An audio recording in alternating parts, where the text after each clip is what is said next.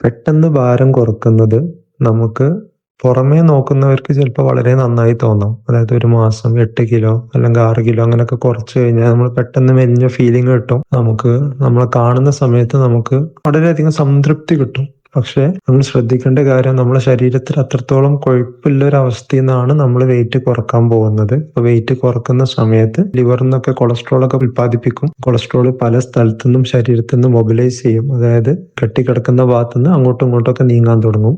അപ്പോൾ നമ്മൾ വളരെ ഫാസ്റ്റ് ആയിട്ട് കുറച്ചു കഴിഞ്ഞാൽ നമ്മുടെ പിത്തസഞ്ചിയിൽ ഈ കൊഴുപ്പ് അടിഞ്ഞിട്ട് കല്ല് വരാനുള്ള സാധ്യത വളരെയധികം കൂടുതലാണ്. പിത്തസഞ്ചിയിലെ കല്ല് എന്ന് പറഞ്ഞാൽ ചെറിയൊരു അസുഖമല്ല. ഈവൻ ഓപ്പറേഷൻക്ക് വരെ പോകേണ്ട ഒരു കോംപ്ലിക്കേഷൻക്ക് എത്തുന്ന ഒരു അസുഖമാണ് പിത്തസഞ്ചിയിൽ കല്ല് വരുന്നത്. അപ്പൊ അതിന്റെ ഒരു കാരണം റാപ്പിഡ് വെയിറ്റ് ലോസ് ആണ്. അപ്പൊ അങ്ങനത്തെ കോംപ്ലിക്കേഷൻ വരാതിരിക്കാൻ വേണ്ടിയിട്ട് നമ്മൾ വളരെ സാവധാനം ഹെൽത്തി ആയിട്ടുള്ള വെയിറ്റ് ലോസ് ആണ് നമ്മൾ റെക്കമെൻഡ് ചെയ്യുന്നത്.